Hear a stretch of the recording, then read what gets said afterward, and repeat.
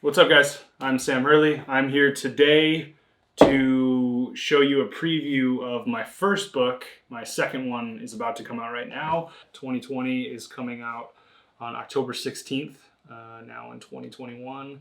It's a 387-page book with a lot more images, but all only from 2020, mostly shot on a point-and-shoot camera. The idea of this book specifically was with COVID happening and with a lot of these images in the previous book being a little bit more dialed and about the bokeh that you get from these expensive lenses, I wanted to jump a little bit back in technology with a point-and-shoot camera mostly and have to worry a little bit more about numerous things being in focus and not always having the subject isolation band-aid that the nicer lenses give you. There's no problem with that, but just something I kind of wanted to explore. And when the world obliged in free time with COVID-19, I had a lot more time to ride my bike around and search for images of interest in my immediate bikeable surroundings. So that's what 2020 is about. And the 3,600 images that I shot that year have been condensed down to a measly 387 pages. So I'm excited to get that one out there. I'm not excited to make the video and edit that, but we'll probably do it anyway.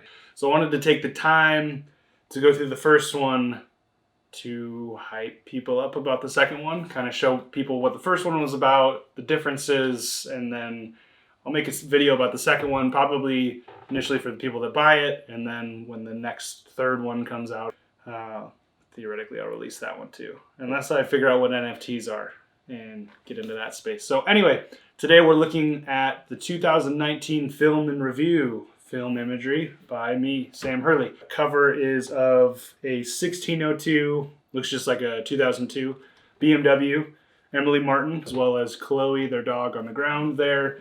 Made the cover. This was a medium format shot that had plenty of emotion in it. The O2s are such a classic car, so very worthy photo of the cover. And that day in general had a lot of photos that ended up in this book. Not only Emily's car with Emily, Chloe, Mike's car with him, not the Chainsmokers in front of it. Go to the Chainsmokers Spotify page to see what I'm talking about there.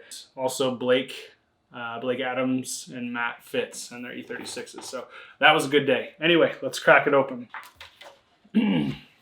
Obviously, that's the cover. Starting with the dedications. This was dedicated to anybody reading this, anybody watching this, supporting me, especially my girlfriend Deb, who's still my girlfriend Deb, and to my uncle Michael Emery, film OG, who gifted me a F-Star King Leica M6. That was quite the gift. So, but a lot of the second book and third book were put through that body. Man, I haven't read this in a while. The next 100 pages are images shot in 2019 on film, and then stay tuned for the following 100 pages after that. So, one thing I did in this book, though it's film and review 2019, I did shoot some digital that I was really proud of that year, and that paired well, being the exact same subject as what I shot on film. So I ended up putting those two together. I did not do that in the second book. I think that worked out pretty well in this one. So cover page here, my old roommate and longtime friend Alex Akins' BMW E24 635 CSI. And again, Emily's 1602 with Chloe on the ground in front of it. This photo was originally going to be the cover photo. They are not the exact same photo. This one's medium format. You can see a lot more is in focus, and I mean, if you know the difference in look between medium format and 35 mil, you may be able to tell. So this was a 35 mil through a Canon F1. This one of Alex's E24 was medium format on the ever quirky Lomography purple film.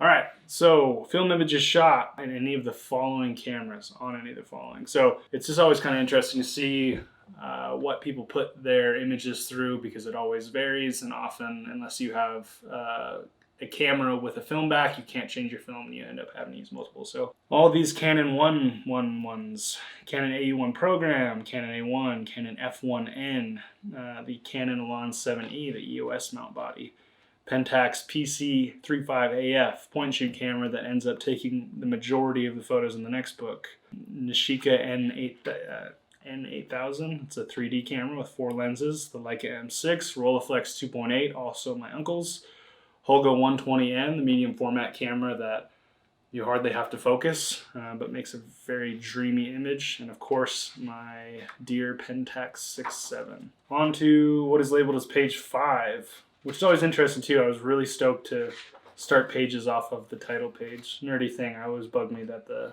numbers started later in the book. Anyway, Deb gets the first page. She got the first numbered copy. I don't know if anybody caught that I got number 0 because I got my own copy. So technically there was more than 50 copies. It wasn't quite as limited as I portrayed, but the more you know. So this is Deb's page. This was all shot on the Rolleiflex 2.8, my uncle's. Yeah, this was in Mount Tam, north of San Francisco. These were really cool images. These were really early on, literally days after we started dating. We're almost up on 3 years now. This is at the beginning of 2019, the very beginning and the very beginning of the book. So yeah, the early days of shooting photos of Deb. Okay, more medium format. So of the last page, I think this one ended up being the most special. Let you know it was Deb. And then we moved to these two photos that she knows her photos being taken, but the focus was off the camera at this point. On the beach, I think this, I don't know if that's Stinson Beach, just below Mount Tam, and then the photo on the swing is up in Mount Tam. I think that swing might be broken now. It's a cool spot with the fog too. Depth of field, obviously on medium format with a 2.8 lens. Yeah, super special. Again, a lot of these images I haven't looked at in a while, so find me reminiscing. Continued Deb photographs, continued denim jacket. These ones are back to 35mm photos. These, I believe, were put through the Canon F1 with an adapted Pentax Asahi Super Tacumer 50mm 1.4, the radiation lens, just on the streets of San Francisco, and then a little bit more in Mount Tam. These two, mostly this one, ended up being my favorite. I think that represents her really well because we're always goofing around and laughing. She's always styling in her clothes too, so that one's a little Canadian tuxedo feature.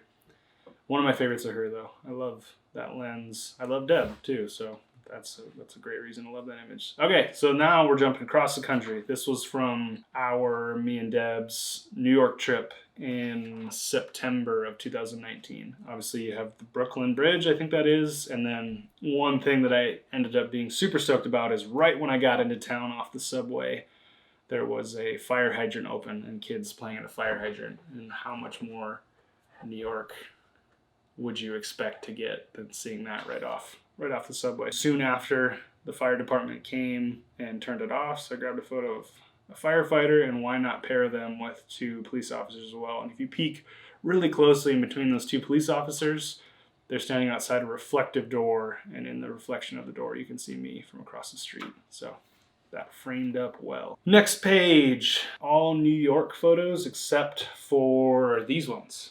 The old Asian man eating chips in a hospital gown. That was in Salt Lake City. Here we have a man sleeping in a lobby. That was New York, a lucky find, and I do remember it was the final shot on a certain old film. Top left was me in the bathroom of an Italian restaurant, and one of the only self-portraits I took that entire year, and that actually ended up on the back of the book. And then Deb walking down a sidewalk tunnel where there was construction, I believe eating a granola bar. She doesn't like that photo, but that's one of my favorites too because it was a very good catch in focus, or lucky catch in focus. I caught her perfectly in focus with the tunnel perfectly out of focus. So the World Trade Center 1 building, I believe that's what it's called. Can't remember offhand. We were actually in New York. We flew out on September 11th, a little eerie, but we were there obviously during those days. That was ironically cool to feel the extra emotion around the Twin Towers memorials and New York in general. So in the photo on the right, you can see it says September 10th. That was our last full day there. Her walking on the subway platform, little G-Wagon in front of, everybody knows that bridge spot. Middle one, a little fashion photography going on in the streets of Manhattan. Bottom right was near the World Trade Center Memorial. Just 2 guys walking with the shadow of a lamppost on the wall. Out of focus, but nevertheless cool. Back home. So this was back in Orem, Utah when I was still living there. This is Alex's E24 that was on the title pages of the book. As some of you may know, I usually work for Turtle Wax, so this was a shoot I don't know if I only did this on film. I mean, I must have. These were a few photos that were on the Leica, put through the only lens I have for the Leica M6, the Voigtlander 40mm Nocton 1.2, just Alex washing his car. So often having my friends again wash their cars for me and my camera. It's an occasion that I shot these photos in black and white. Kind of forgot that I included the turtle wax stuff in this, but who doesn't love a sunset car wash with backlit water spray and water beads on a classic car. Hello? Hello? Yo. What's up? I'm filming a video. You interrupted. Oh. Say hello to the video. Sorry. No. Just shooting this video and hopefully finishing before you're home. I'm only on page 18. You're shooting a video for the whole book? After the car wash page. So this photo of Alex's E24, though it may look like chronologically that would be after the car wash, that was actually before it. And with as heavily backlit as it is, you can't tell. Looks great. So then on the next page, this is where it sat most of 2019. It's a car like most of our cars from the 80s. At some point in their life, they need a lot of work done on them.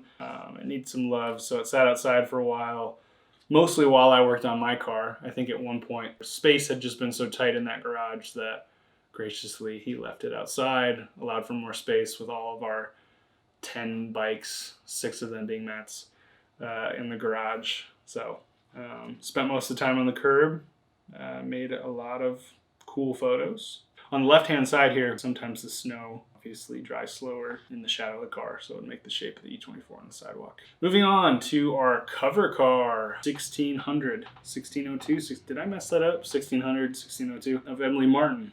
Super cool car that she's put a lot of love into.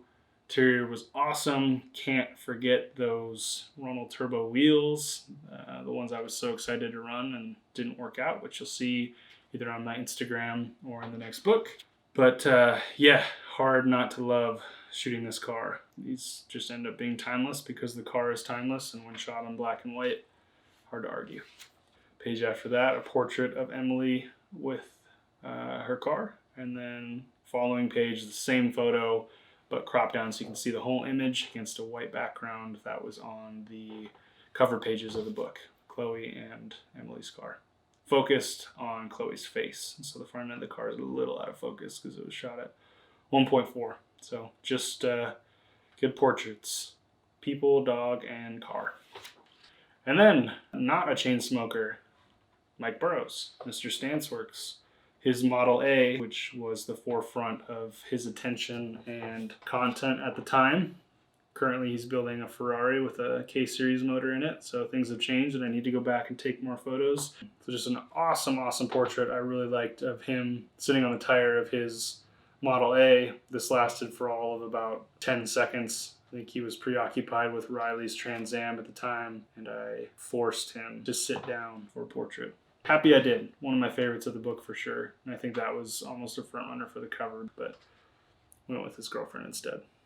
I'm sure he would make that sacrifice too. On to, as I said before, Riley's Trans Am. So it's Riley and his father. Super stoked in this case to have had the opportunity to make a portrait, father and son. As far as I know, Riley's dad has taught him a lot about fabrication, cars, so on and so forth. So that with them together in front of this insane car that Riley built, this Trans Am, I'm sure if you have any touch of connection in the car world online, you've seen this car. Hot Wheels has made a model of this car, the hot car of SEMA 2019. This thing is crazy, so couldn't pass up photos of this. So next page, again, a portrait a little bit backed up to emphasize what a medium format camera and lens can do. Get a few more elements in there, not quite as close to them. Full body, back of his truck, Trans Am obviously in the background. And then this one might have been a 35mm photo. I don't remember. It looks pretty sharp, so maybe not. And then his dog, whose name is escaping me, apologies dog, peed behind the trailer. So a little behind the scenes on this one. The fluid on the ground on this photo is dog pee. There is said dog peer, along with Chloe taking a nap. Not necessarily posing, you could say that, but ironically sleeping in the perfect position. All right, on to the previously mentioned dudes, Blake Adams and Matt Fitz. So we got a black and white portrait for each of them. I think I was finishing my medium format roll, and Blake got the honor of the final frame. Matt's black and white photo was while we were chopping it up, just about film in general. And then on the next page, after we went to the famous Stanceworks photo location nearby and got the purple and green E36 M3s lined up for some portraits and photos. One of the first full covered spreads, I think. Can't even remember. Obviously, Blake and Matt in front of their cars. That one was stretched a little bit too big for the size of the photo, but who cares? Photos on top, all medium format, make up for that because the lighting that day, the colors of these 90s cars, the background, everything worked really well together. Definitely favorite photos from that year. This was also in Southern California near the Stanceworks shop. There was a coffee shop we ended up going to, Deb and I. Can't quite remember its name. Something about dreams. Don't remember. Right next to it is where Emotion Engineering, Joey Seeley? Emotion Engineering was right next door. So you see all these Porsches parked everywhere. I can't help but walk over and see what's going on. His employee Aaron is who I first chopped it up with. I don't know if he's still there. He also worked at the coffee shop for a while, but ended up getting a shop tour from Joey, nicest dude ever. And as I've seen before, and especially after, incredibly talented dude with suspension setups and anything Porsche and beyond. The page after that, Aaron, who I had met first, who was also a film fanatic, took a portrait of him. And then as you can see on the following page, he hadn't shot a Pentax 6.7 before, so you got to oblige in that sense. So I got a portrait of myself by Aaron in the shop so that he could hear that horse gallop of a mirror slap in the Pentax 6.7. I don't remember the story on this car, but I thought it was funny that it said fat on it. And then in the foreground is a Porsche with no rear bumper on the lift with an exhaust built by Proto Machine, Mike Burrows and Riley, as previously mentioned on previous pages. So that was a cool little inclusion because I had gotten to California in this shop right after, and I think that was one of their first projects, I want to say. And yeah, not a lot more on there. Next page, Mr. Austin Cacavo, little cameo and a self-portrait in the reflection of his Range Rover Classic there. Background of the next page is the Range Rover Classic curbside when he visited in December of 2019. So this is one of the last groups of photos I took this year. Background, you can see Mr. Mike Ametska, shout out Shift Pattern. He was there that day as well. These are some great portraits. Austin was super deep into this Range Rover. By super deep, I mean just had it for a while. Lots of content shared on it. It was cool to be able to take photos of this and him. Passing through, he was probably only with us 14 to 16 hours. Always great when you can squeeze in some photos, even with short term. So this photo is sweet up the Alpine Loop off of Provo Canyon. We had snow coming down, so some backlit snow for the collection of the Range Rover in a little snow up Alpine Loop. Back to warmer times in California. This was a trip with Deb near the beginning of 2019 on the left. This was an Airbnb that we stayed at in San Clemente near the beach. This is San Clemente Pier. Early model E24, cool dog that's chill as hell up on a balcony, and Deb on the beach, not quite wanting her photo taken, paired with photos much later in the year. This I think was in October of 2019. As you can see, all the fall leaves and snow frosties coming in. So everything, man, where are those shoes at? I haven't worn those in a while. Those were like a pair of one of my favorite shoes, the Vans high tops, all gray. Can't argue with the classic SL. And then making your girlfriend lay in the leaves for a photo because it'll be a cool background. This was a Mark III Golf that parked in my neighborhood. These two pages were kind of the inception of what the next book would be about. It is more about riding my bike and finding cars on the street, whether they're in good condition or not, but ones that evoke some sort of emotion. But this Golf was a great one. Huge wheels in the back seat, also sitting on huge wheels with a flat tire, the window always down. So that one's a neighborhood classic. That's in their backyard now, moved off the street.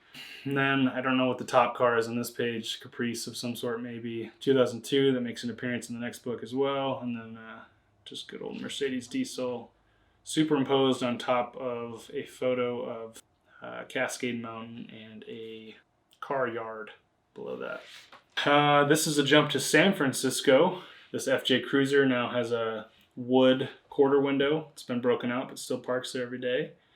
And who could ignore a C4 Corvette with pop-up headlights taken out? Then the next page, dude, Brian Venn. Just him and his E24.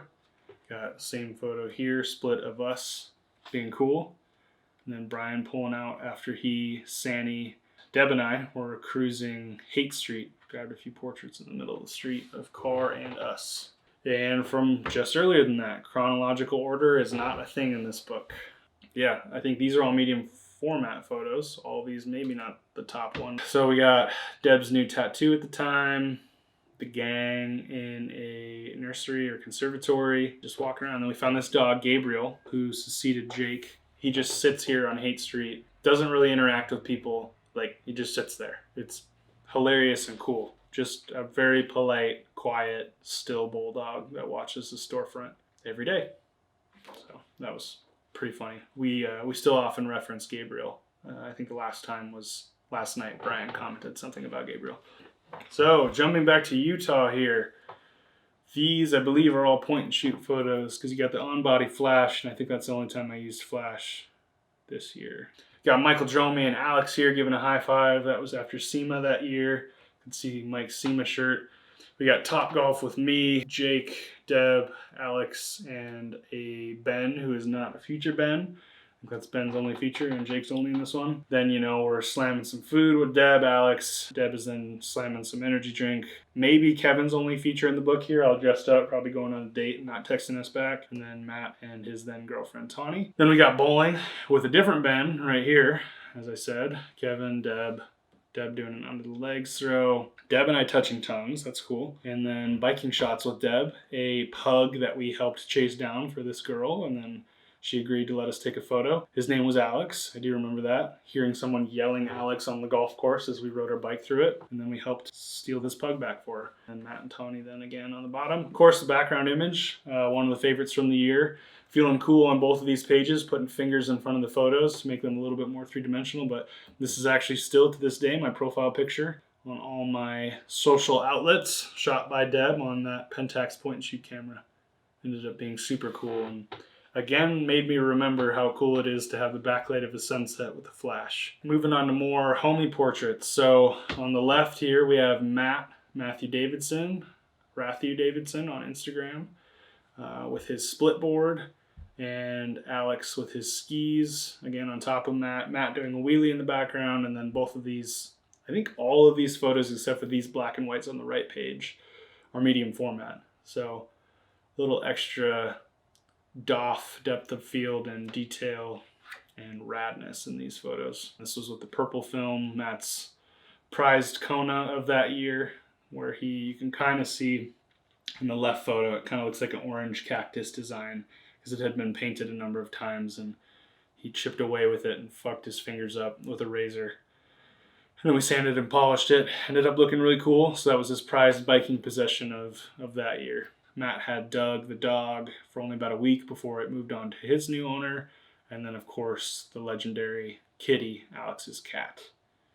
She's a legend. So she has more features in this book and in the next book as well. This was the spread of Alex getting a haircut. So the left page represents Alex we knew 2019 and before, with the scruffy beard and long hair. A few portraits there. Really like the long sunset one, that photo. The sun shined directly down our street in October and I think March every year. But the next photo was cutting his hair short, haircut and dye by Deb. She ended up massaging the hair dye or the bleach into his scalp and burned the hell out of it. Sad but kind of funny. He survived, and now his blonde hair. I think he still has pieces of the next dye, not this one. And then the film in the background was the purple film that made his hair look pink, because the purple film changes yellow pink. Oh yeah, and the t-shirt I made for him for his birthday one year that was then found at Savers after he donated E36 with our old Forza Motorsports 4 favorite license plate we put on cars that says FAQ.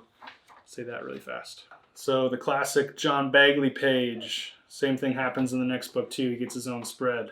Yeah, I guess the images on the right and in the background on the left were all in Utah. He's the only one that was taken in Sioux Falls was the middle one. And I just paired him up with his body. The top superimposed one was him eating sushi. The middle one was a wood burn drawing that I did of him and him holding it up next to his face because his face is just a bunch of shapes, so that made that easy. And then him smoking a cigarette, which he still does. Yeah, and then a portrait with the boys. The close friends, all from Sioux Falls, South Dakota, in Utah. Ben Pham, John Bagley, and Matt Davidson in shorts. It probably would have been late February, early March of 19. Another Deb feature. So we got photos, I think, both from the Leica and then the Holga 120N. Just me and Deb out in Bountiful, Utah for sunset. And then I couldn't remember if I took these photos 2019 or 2020 because I saw these again after making my 2020 book, and I was like, wait, why didn't I include those? But they're right here, so that would make sense. Can't always remember. So this was with the Nishika 8000. Obviously, I can't quite make a 3D effect in a book when you're printing, but the top photo is Matt's butt, him jumping in the air, and the roommates at the time, Alex and Ben, out of their doors cheering for a butt. Doesn't make sense, doesn't need to. Next photo was tossing Kitty onto the couch and her in midair. Figured that'd be a cool 3D effect, and then Matt and Ben celebrating in the background. Another photo of Kitty midair tossed by Alex, and then Matt on the bottom leaving for work or something. All ended up being pretty cool 3D photos, but again, in a book, can't always quite do that. This is maybe Mo's only feature in this book. Can't remember offhand, but Mo on the Sportster Harley. That's currently in my garage now because Mo lives with me now. And then the next page was with the Holga, a set of my favorites from this year. Again, with the Holga making such blurry edges, more of a dreamy look. I came home to Matt, who had fallen asleep on the pad in his truck after work, and his feet were sticking out, mind you, on a fairly busy road near a train station. So a few people might have seen him sleeping that day, and that just ended up being a really cool photo. All right, page 63. This is a lot of, this is all Sioux Falls, South Dakota. So this is from a Christmas trip that I remember well being, I think at one point, 20 degrees below zero. So let's run through these quick. Top left, Mom making cookies. Middle top, my dad with a pile of rocks that he was polishing. My dad loves rocks. Top right is Johnny Theopolis, aka Nguyen, smoking a cigarette outside. Middle left, the Wilkes family, and then also Darren, who technically lived with them at one point, so he can be part of that family too. In front is his dad, who is not usually bald and not usually as skinny as he was. He had cancer at the time and passed away not long after these photos. He was actually a photographer in Vietnam, and he ended up giving me a few cameras on this trip. The main one of interest being one I can't remember the name of, but the only large format camera that I have. So obviously had to get a photo of him and include him in this, as it was apparent at the time that he wouldn't be around much longer. And in my next book, Will, the tallest of anyone in the photo, by far, is a friend I grew up with and now has a tattoo on his arm of his father. You'll see that in the 2020 book. In the middle, Austin Pick with his dog Stella, who I had the honor of naming when she was a baby when we went to pick her up. I don't remember what year. That must have been like 2011, maybe 12. Middle right is Michelle. I don't remember how to say your last name, so I'm sorry. That was the day we were out shooting photos for the company she works for, Pendleton. Those photos were never released, and I'm not mad about it, but I got a cool flannel out of it. So thank you, Michelle and Pendleton. Bottom left, Bobby Knox, my cousin Bob and his girlfriend Adina, and the late Buddy the Blind Wiener Dog, rest in peace.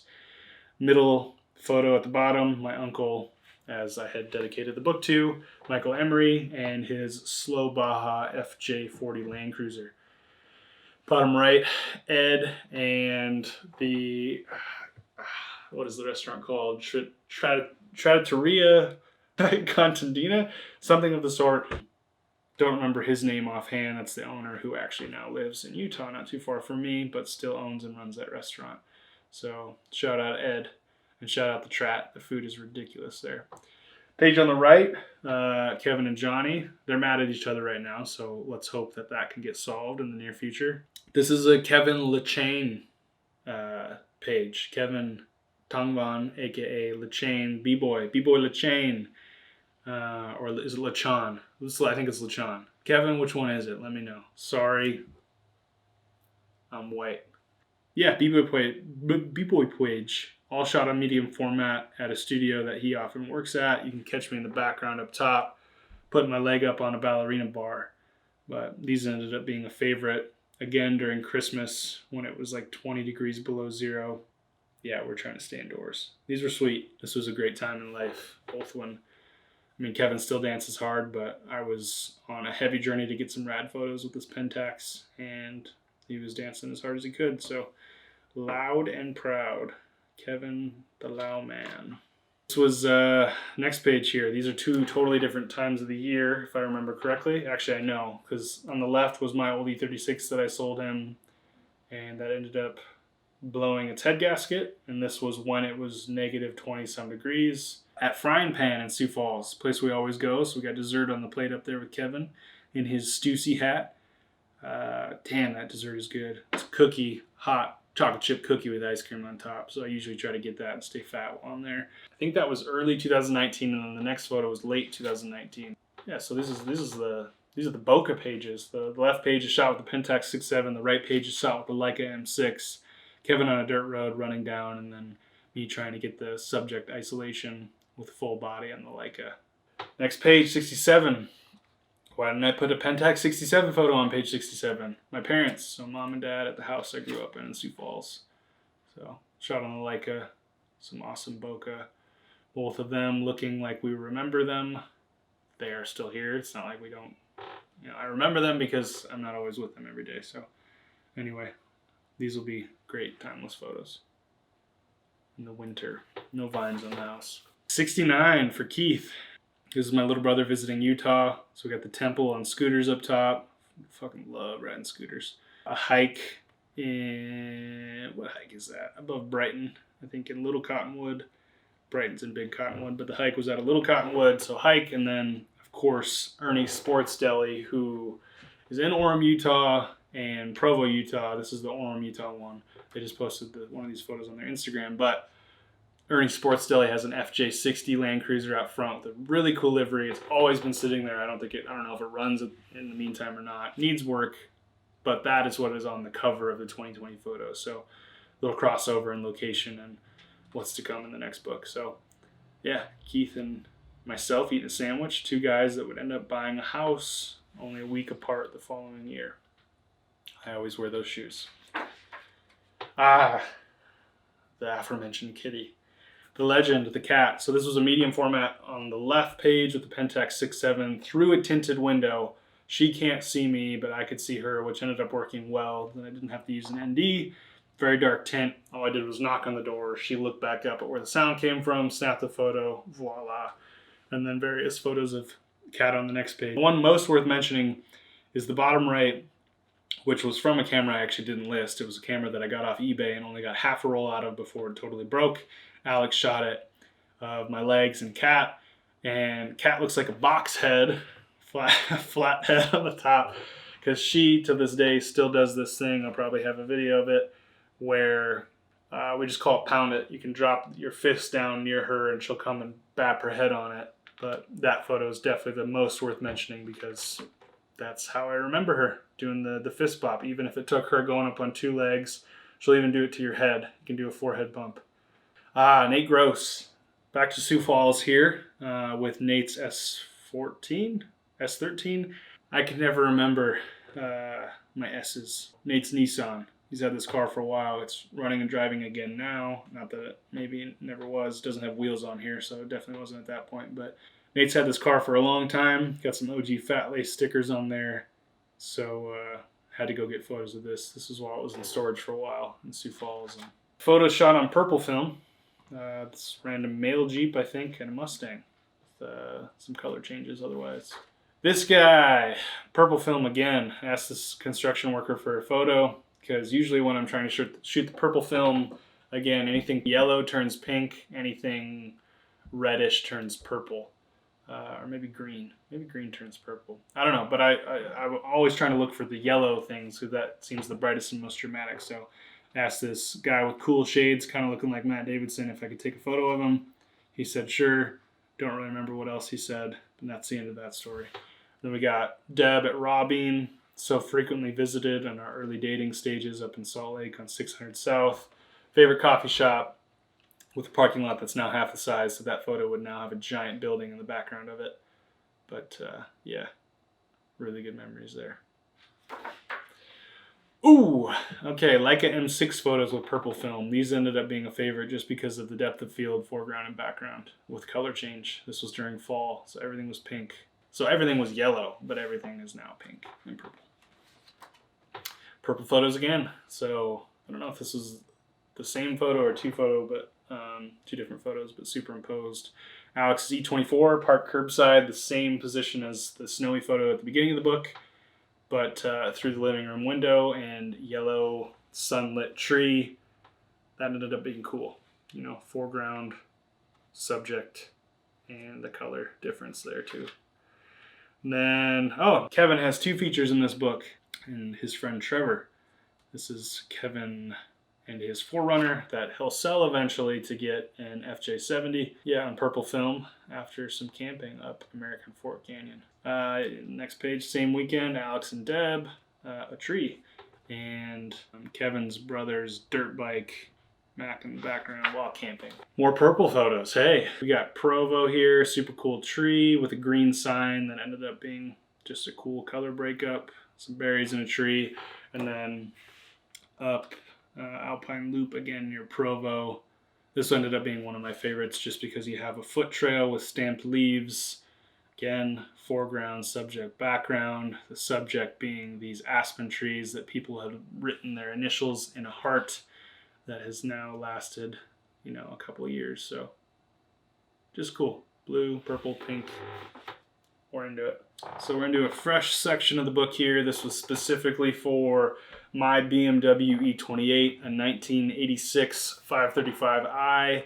All the description really says, not that you shouldn't read it, is how long I've had the car. At this point in 2019, it had been 5 years. 3 of those years had been sitting in a garage waiting for a slew of parts because it was pretty clapped out, needed a ton of refreshment. So this is talking about how the work finally started in 2019. I had a good year with photography that year. As a business, money came in enough so that I had excess to put into this car. So this is just a recap of that. Little valve cover, top right, got the gas tank and exhaust dropped out of the car, probably while the rear subframe was completely out still. We got OEM hose clamps, gotta brag about that. Fresh roundels, and a sight I'm so used to with the front end totally disassembled sitting on jack stands in that garage. I visually can still see everything in that garage at that state because it was like that for quite a while. Page on the right, some macro photos. This would have been through the Elan 7E EOS body and my 100mm 2.8 macro lens, valve cover, BMW logo, the Schmiedman headers, injectors that ended up failing, replaced them, but hey, they get a photo in a film book, so that's a good life for an injector. And then part of the thermostat housing with BMW logos on it, both on the housing and on the hose clamp, so cool details there. We got a Dremel, we got Jeremy grinding off the stock sway bar mounts. Yeah, this is all sway bar stuff.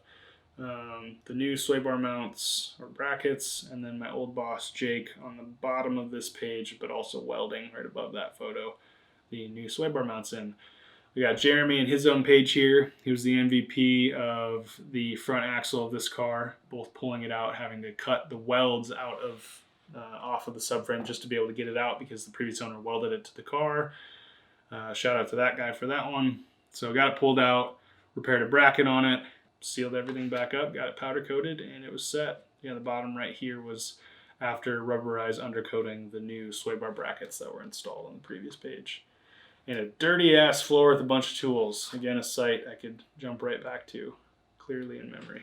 Oh, can't forget to mention the Harbor Freight jack stands here that got recalled right after I finished this project. So I worked under 4 dangerous jack stands for a couple years, so that's fun. Chris Castaneda in a Blink-182 shirt I gave him.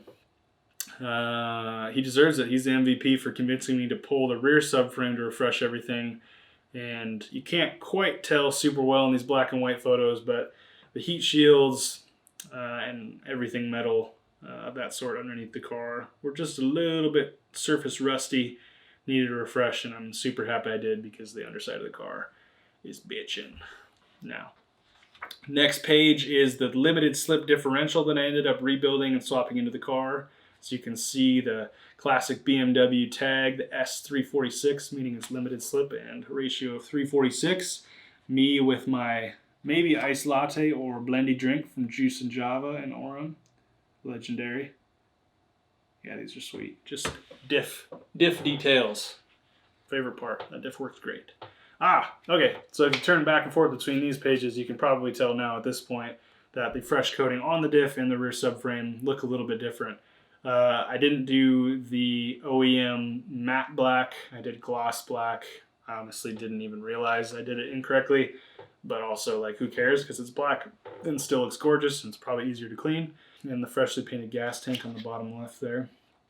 All ready to go back in, and fresh suspension up front as well on the next page. Ground control coilovers, front and rear. Yeah, special time there. Cool to see those out of the car, brand new. This is actually cooler than I remember it. This is a photo of me working on probably the evap canister in the trunk that connects to the gas tank. But yeah, my feet hang out of the trunk because it's kind of the only comfortable way to do it. That's a cool photo. I think Alex took that for me while super high. Next page is more details. Got the camera in the foreground top right here while I was filming my valve adjustment. Strut bar. We got fuel filter and fuel pump, and what ended up being toasted fuel injectors.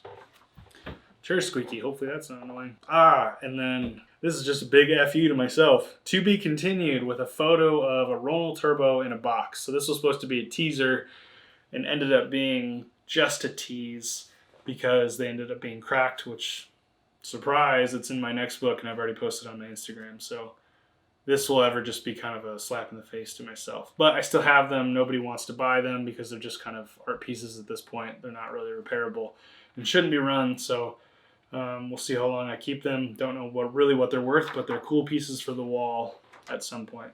So here was a reference page, because obviously if you either don't know the car or you don't know cars, you don't know what's going on most of these pages. So I made a reference page, and I did not do that in the next one.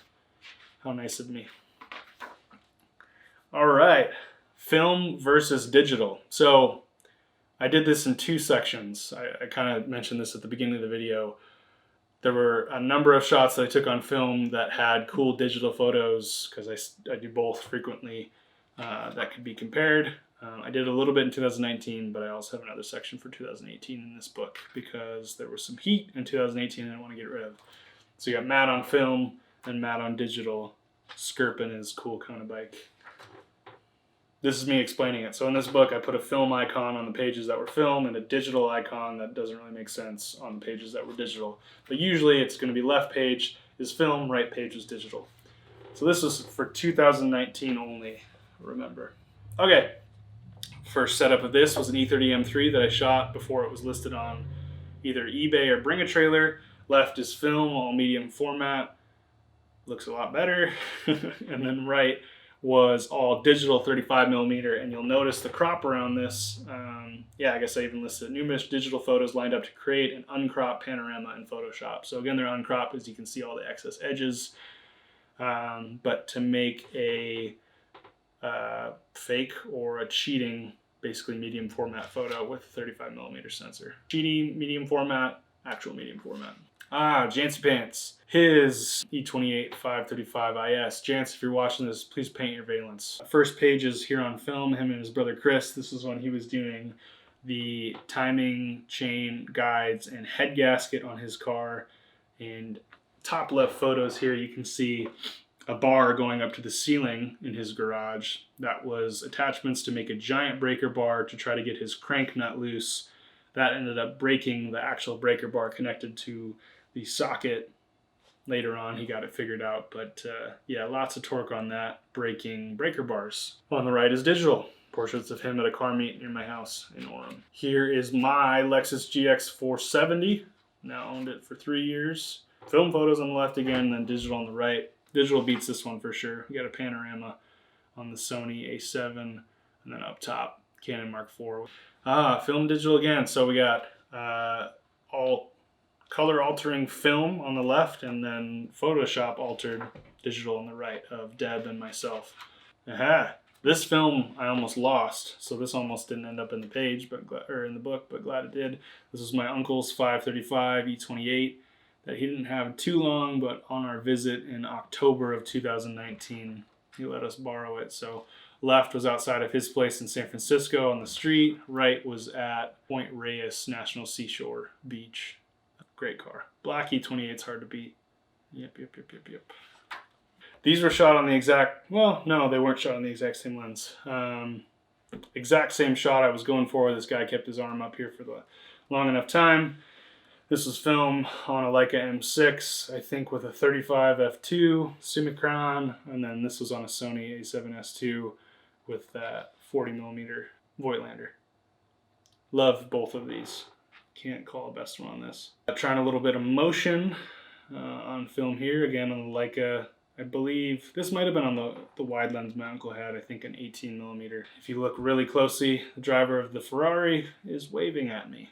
The kid with the Leica, wave at that guy. And then trying to emulate the same thing on digital with some green car.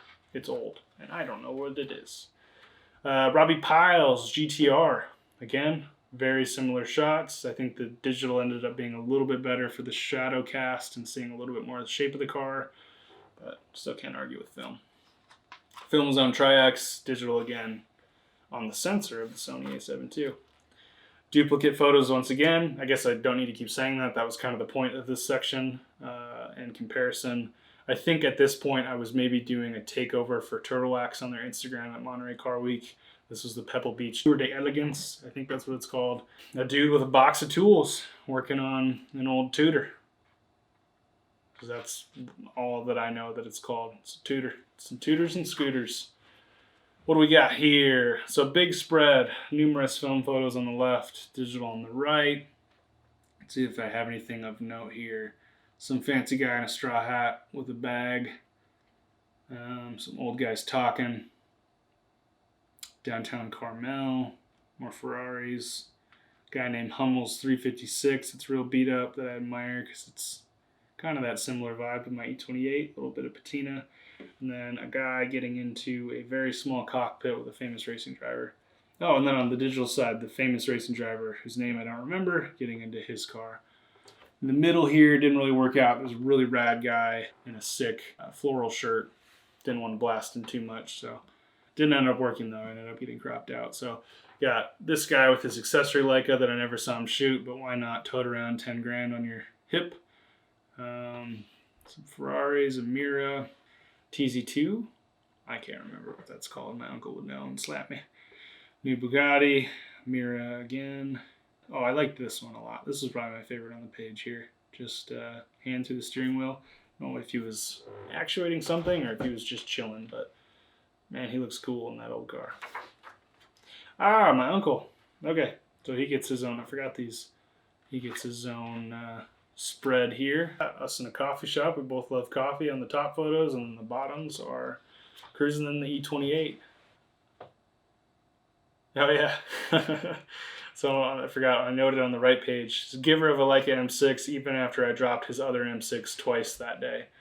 Yeah, I don't ever drop cameras, and somehow I dropped a $2,000 camera twice in one day. Once was I let it rest on a park bench and just somehow fumbled it off 2 feet onto cement and misaligned the viewfinder. And then the second time was somehow right in front. He would remember. I don't remember offhand, but was then right in front of him. The first time I just had to admit guilt afterwards, but then the second time I dropped it. And that's probably, I mean, I'm sure there's been other instances. He's good at not showing his anger if he's upset. But I think that's one of the times I've been a little bit more close to him actually being really mad at me. Good times. Still got a Leica M6 out of it. And he still sponsors me and I sponsor him. So, hey, we love each other. Okay, so this next section was Film versus Digital 2018. Again, this being a 2019 book, this was just a case of a section of 2018 ended up being so cool that I had to include it.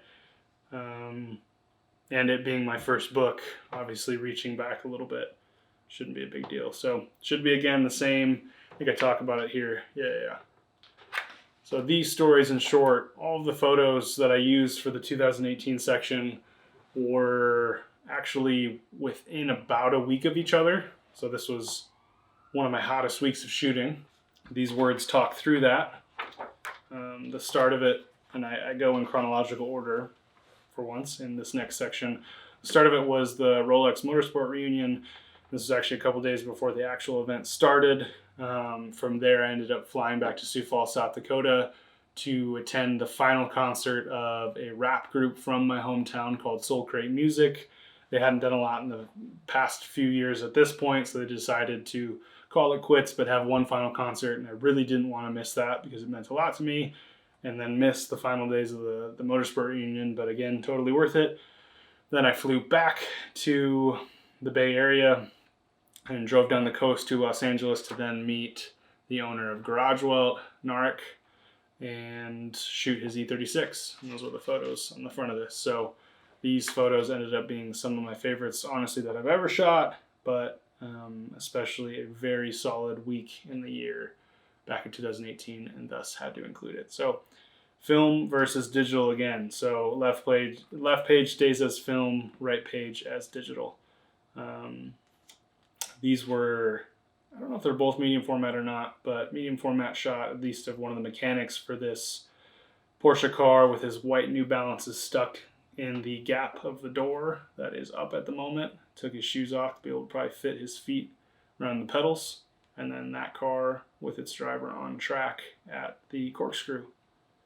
So just good comparison there. And a digital photo of that, I think, is it a 917? Whatever Porsche that is, but those same mechanics working on it with the driver in the car after it was on track.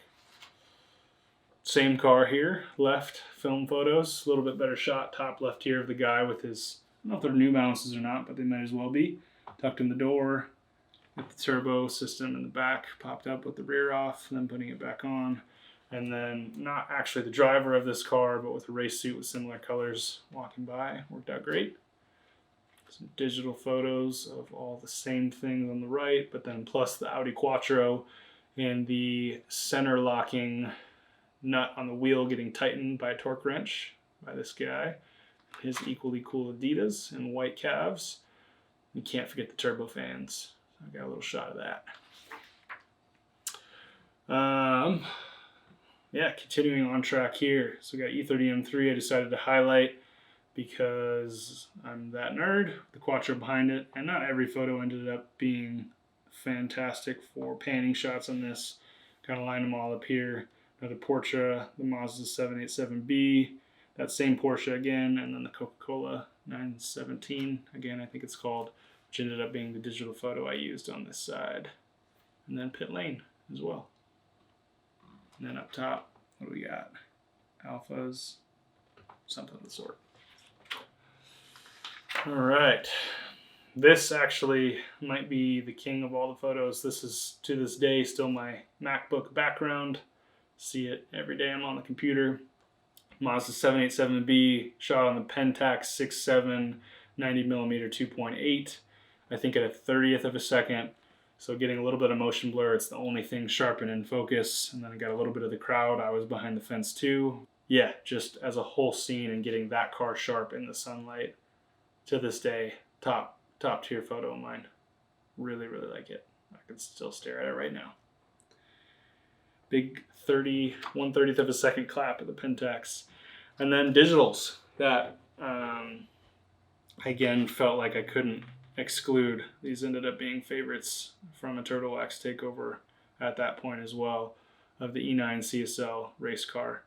Got the huge, I think, BBS E88 wheels, front end of the car with some gritty details and rock chips, and of course the huge fenders and colors, and the Tal Volante steering wheel, one of which I now have excitedly. I don't know if I'll ever use it or not, but the 3-bolt pattern with the special BMW Motorsport roundel on it.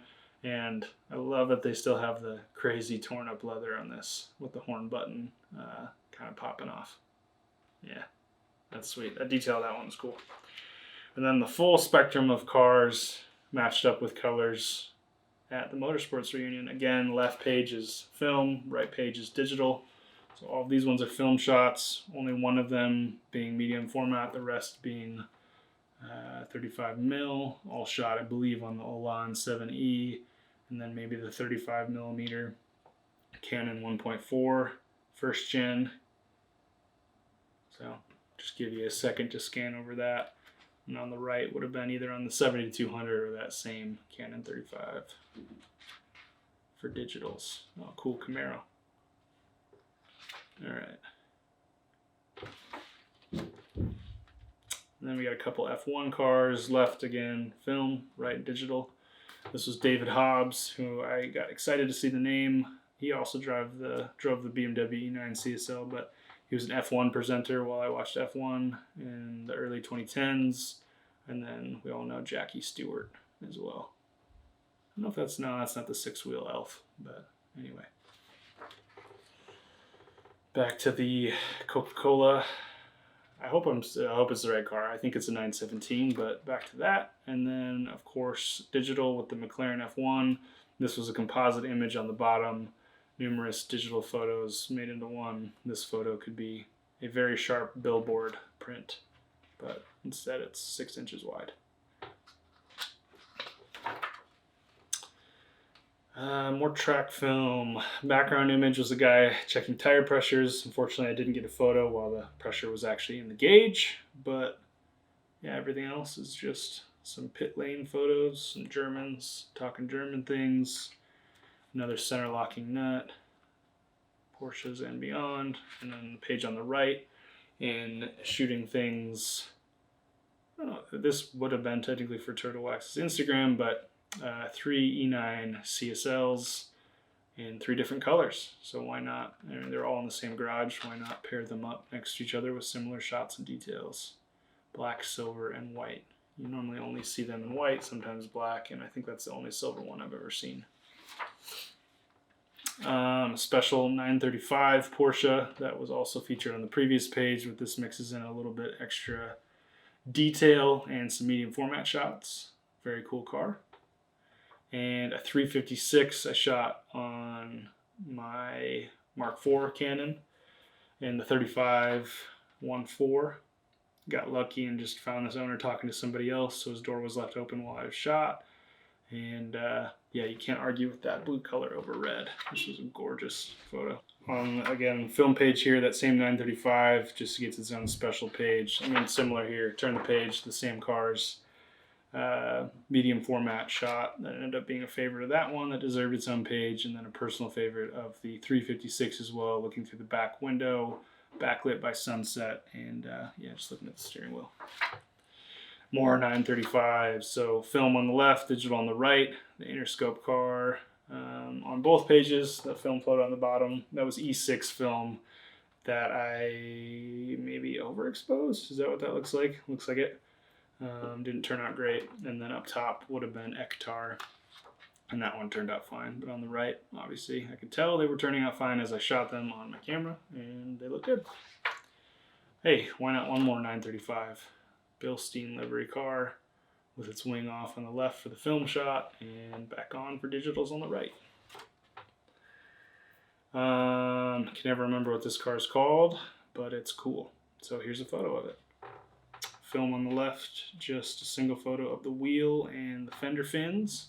On the right, this was another composite image on digital.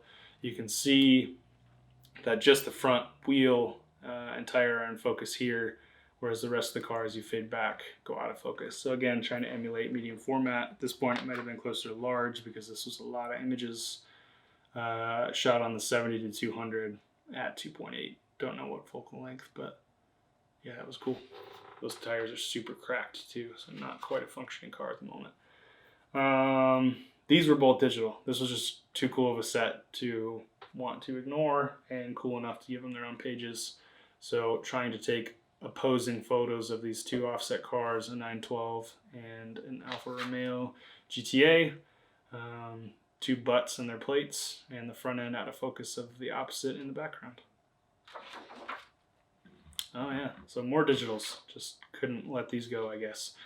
Downtown Carmel by the Sea, E30 M3, Evo, I don't know, and then the 190E evolution as well. So the two hot dogs of the hot dog cars paired up together as if this is an E30 front end as a 4-door and a Mercedes front end as a 2-door with the BMW in the back. So these were crowd pleasers, crowd favorites, so got to include them. And then the only photo in the entire book, kind of aside from the E28 section, that doesn't have an opposing photo. Everyone asks if it was a mistake.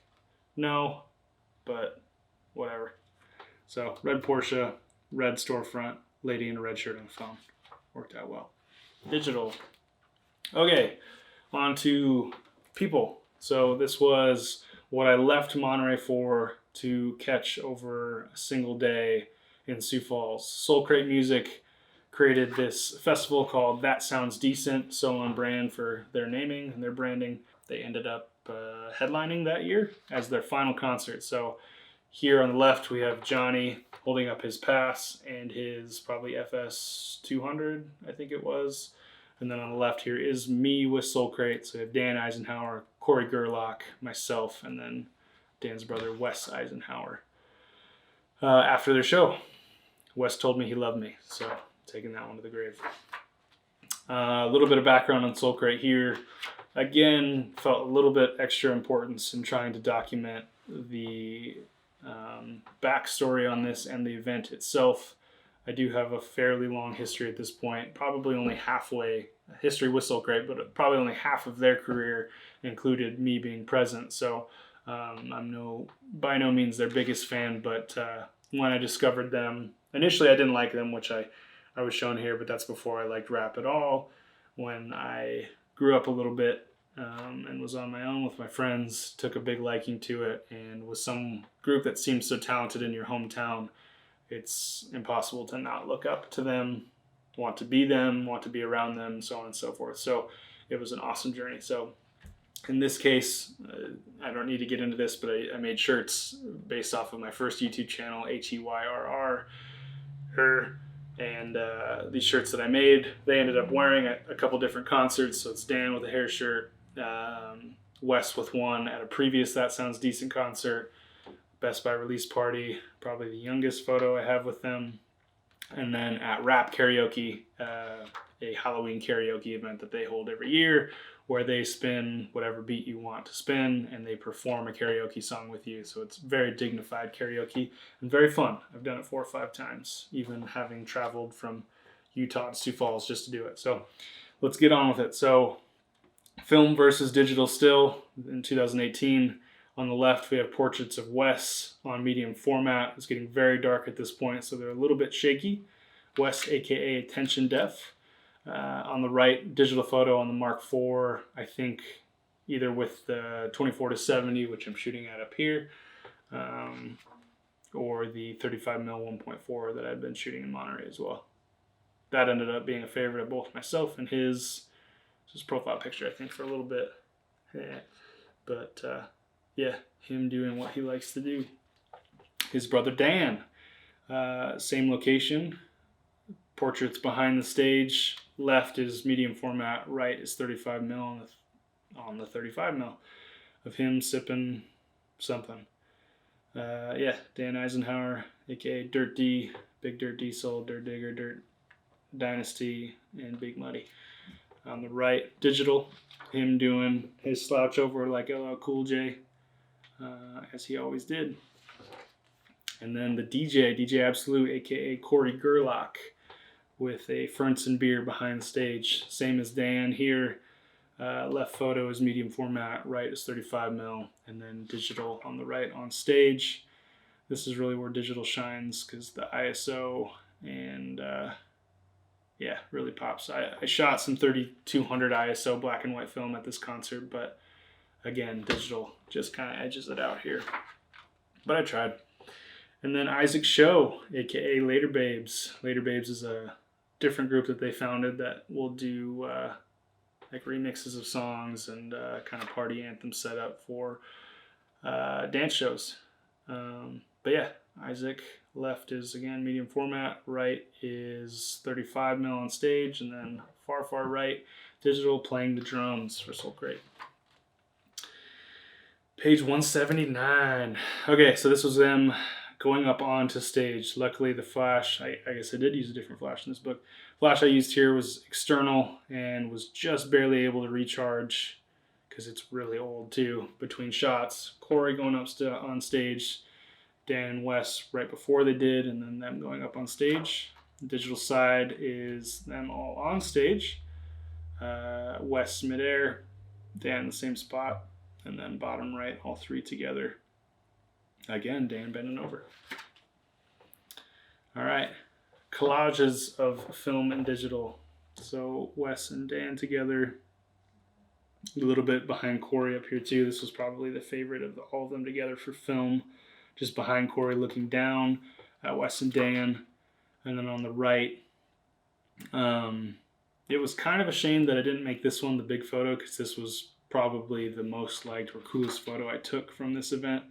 But the way everything laid out, it just didn't quite work.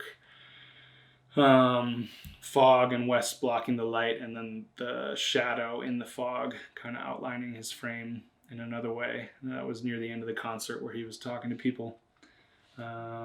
Again, the emotion, this being their final show after, I don't remember if it was like 20 years of them doing this, ever since they were really young.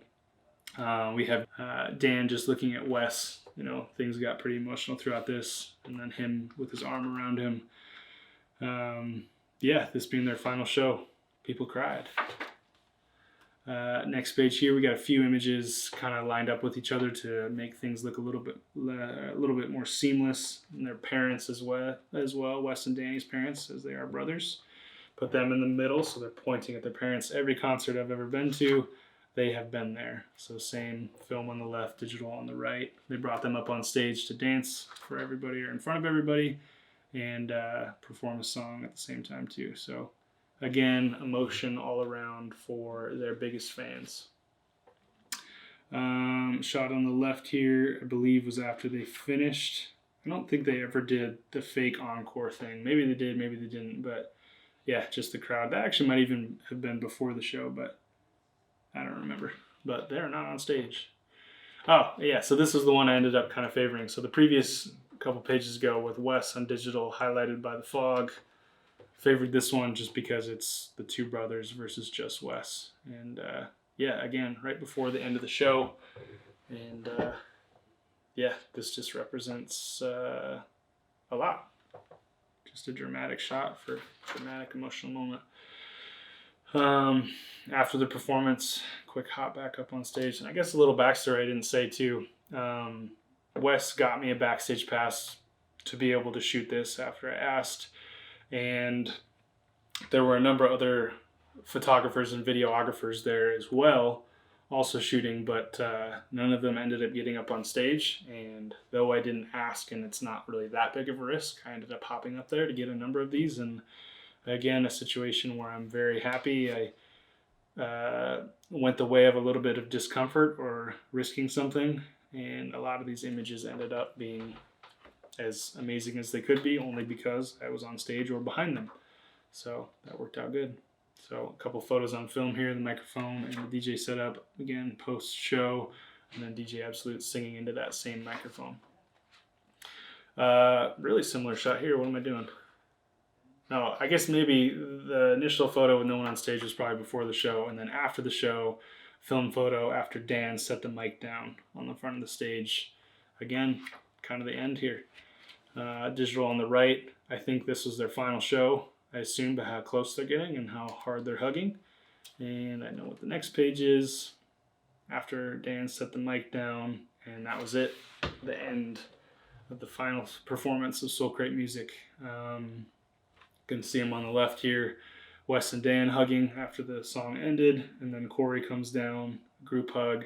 These ended up being almost just as much of a favorite as the shots of Wes and Danny with the haze behind them, just because you got your hometown rap heroes crying. Rappers can cry too. Yeah, just a lot of emotion. And again, the kind of thing that choosing to skip a huge car festival to fly back to South Dakota, of all places, to see your friends finish out one of their groups. Otherwise, these photos, and if I didn't get on stage, wouldn't exist. So these will remain favorites for a very, very long time for numerous reasons. So then after the show, had to get a couple group photos. Again, this is when Wes told me he loved me, taking that. Them on film on the left, and then of course digital on the right. It's kind of weird to think that I did all this stuff. It's like, hey, let me get one photo on this camera. Hey, let me get another photo on this one. So that was the end of Soul Crate Music. And again, awesome emotional night. I love actually in the background of the film one, you can see the old school Soul Crate logo. I don't know if I still have that shirt, maybe tucked away somewhere too, but that was a good night. Very, very good night. Okay. This was the Garage Welt S54 swapped E36 M3 4-door. We went up Angeles Crest Highway near LA to shoot. We went to the ever famous like pull off where everyone does donuts and burnouts, and we did donuts and burnouts. So on this cover page, mixing digital in. The right is the digital shot, which ended up being another composition, huge photo, and the text right before we actually ended up meeting up, followed by images that Narek sent to me of me taking this photo you see right here. This ended up being a little bit of a background explanation of me and Garage Welt. They originally started kind of as a event reporting site, talking about any car event that we wanted to shoot as a photographer. I got to write about it and post my photos, as well as they do skate decks with cool car graphics on it, and not a lot of them are photo decks. I've had one of my photos printed on one of their decks as a photo deck, so that was really cool. Narek's always been super supportive, always a great time to be around, a real car nut, and again, always just a good time to hang out with. All right, so back to those burnouts. This ended up being a favorite, of course, on film. Even the BBS logo in the middle is nice and straight, and then same on the right. Lots of burnouts, but on digital, and a cool little BBS logo in the middle of the CHs there too. Why not more burnouts? And then me trying a little bit of a digital effect to emulate the purple film that I have, but on digital, why not? And cruising shots, you gotta have my shadow here on the ground. I had one other instance here, I think in my next book, where I leave a silhouette in, but there's my bald head shape. And then again, these are both film actually. On the right here, the BBS logo ending up perfectly nice and in focus still. And then some cruising shot. Again, both of these film. I like this one a lot because his face is in it, and you can see the background blurring by with arrows pointing that way. And then on this side, we don't have his face. We have the Renstall shift knob, but then also the arrows in a perfect trio pointing that way with the Garage Welt logo up top here. This is digital for the full spread, and kind of ended up being, I don't know that I did this on purpose or not, but it ended up working well from far to close on the car and the BBS CHs. Love those wheels. Almost forgot about this one. So the only peep of an S54 in these photos, and also a cigarette that Narek was smoking as he's shutting the hood. Shutting or opening, but I think it was shutting it. So that ended up being some smoky heat for you. And then digital composition, big panorama for you. And then film medium format photos. To this day, still maybe some favorite photos of mine or portraits of mine that I've done on film, backed up far for the full encompassing car and Narek, and then up close too. And these are on Ektar film, not often used for portraits, but he ended up a little bit more pink than you get with Portra and such, but I still really like it. Still favorites. Let's see, we got film here left, just cool shadow outline on E36 I really like. Him getting back in the car. Duplicates here on the left with the, I don't know what you call those, Altezza taillights. I had to highlight that too. Film on the left and the right here. Just some good portraits of the car itself. The rear with the big rock wall of the canyon, and the front with the skyline. These ended up just being great classic portraits of that classic car. And then this is digital. Again, a huge composite panorama photo. Why not? Again, with the purple effect and also making a very saturated blue. Very cool color. Should print a billboard of this. Back to film, shifting through the gears, having him do some flybys. Comparative photos, film and digital again. Him very excited, running back and forth between the car. Don't remember what adjustment he was making here, but he made sure to hurry, as you can see. Another composite digital image, a little bit smaller with a little bit more of the foliage included. And then I think these are the final images. Yeah, final images from the garage I'll shoot. So just him looking back at me, a little candid action, and then him driving away. Not technically, but just on one of his flybys, but good cap to completing that shoot. Leaving. The end. Thank you. JK, not the end. Okay.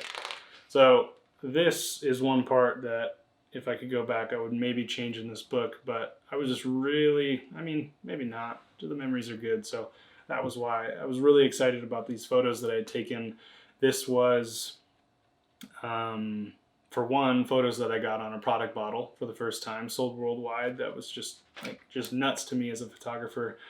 I got images on 2 different Turtle Wax bottles for their new Hybrid Solutions line.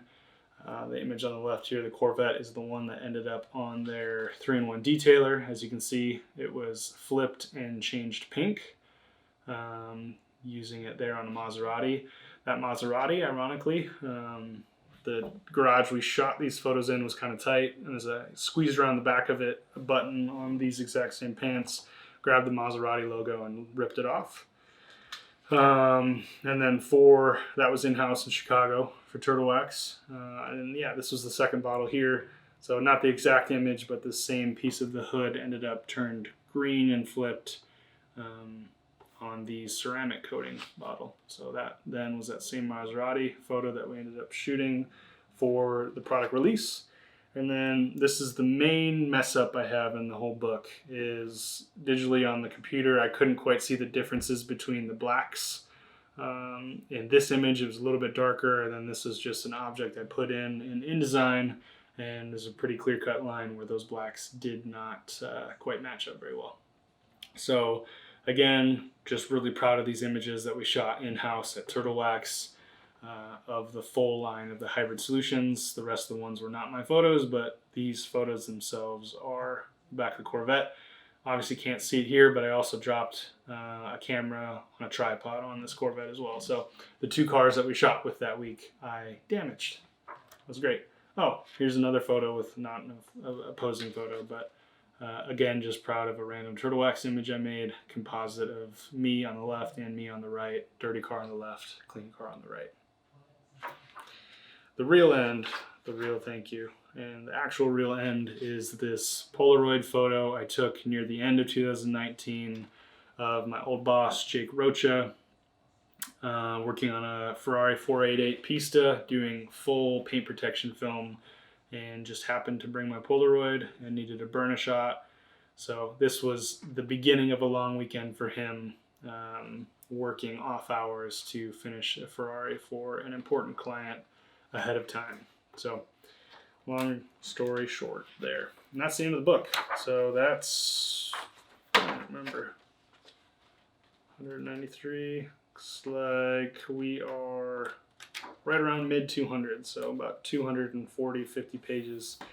There again is the back cover that I shot in an Italian restaurant bathroom in New York. So that is the completion of the 2019 film and review book. So again, about 250 pages. This is ahead of the release of the 2020 film and review. This was like an hour and a half of footage that I'm really excited to go edit and hopefully finish before the next one gets released. But I'll have to do a video for that one as well. Hopefully you enjoyed the review of this and a little bit more backstory on images you might not have known otherwise previously. And if you somehow made it to the end of this, if you've bought this book, if you're going to buy the 2020 book, limited to 50 copies, thank you very much. I do appreciate the support. This is the kind of stuff that really drives my passion for photography and keeps me going.